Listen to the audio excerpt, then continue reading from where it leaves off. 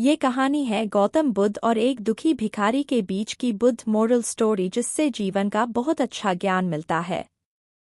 एक बार महात्मा बुद्ध एक गांव में अपने शिष्यों सहित घने पेड़ की छांव के नीचे बैठे थे।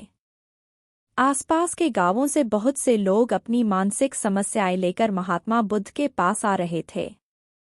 महात्मा बुद्ध उन सब की मानसिक परेशानियों का समाधान देते। सब लोग खुशी खुशी अपनी समस्याओं का समाधान पाकर वहां से लौट रहे थे।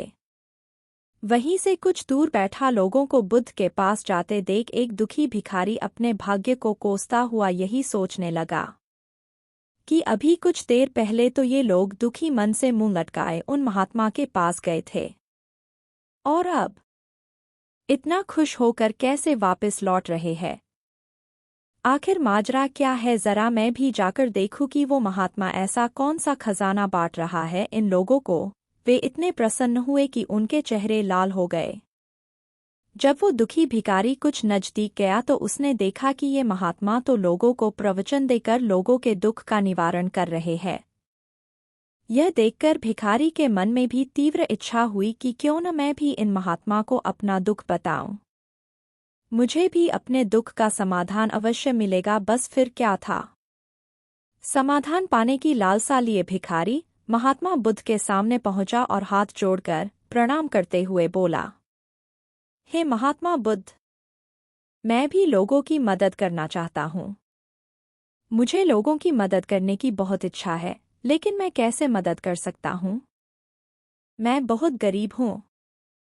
मेरे पास न तो पैसे हैं और न ही कोई ऐसी चीज़ जिससे मैं किसी की मदद कर सकूं। मैं कोशिश करने पर भी किसी की मदद नहीं कर सकता। मुझे भगवान ने इतना गरीब क्यों बनाया? हे महात्मा, मुझ पर कुछ कृपा करो। इतना बोलते हुए भिखारी रोने लगा।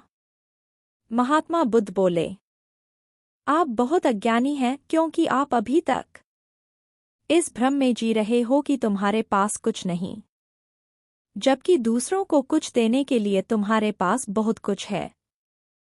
तुम बिना धन और वस्तु के भी दूसरों की मदद कर सकते हो।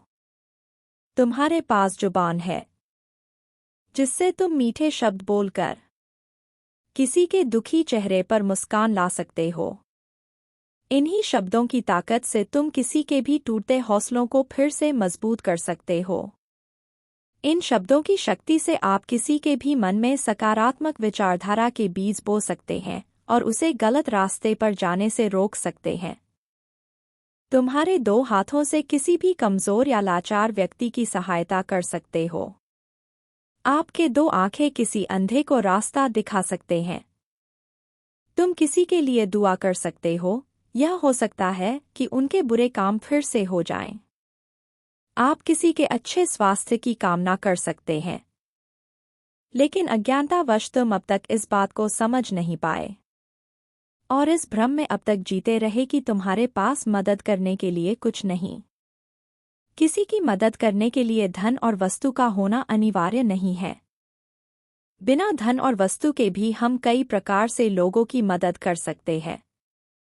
महात्मा बुद्ध के ज्ञान से भरे ये सुंदर शब्द सुनकर भिखारी के चेहरे पर मुस्कान आ गई और वह खुशी से झूमता हुआ वहां से चला गया।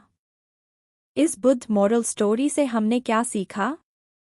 दोस्तों, महात्मा बुद्ध की इन बातों से बहुत कुछ सीखा गया।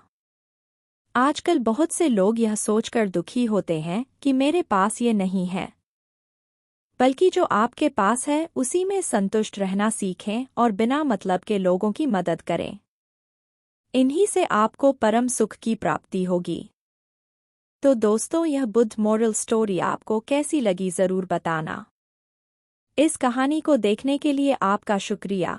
आगे मिलते हैं एक और नई कहानी के साथ। कृपया हमारे चैनल को सब्सक्राइब करें और लाइक शेयर करें। धन्यवाद।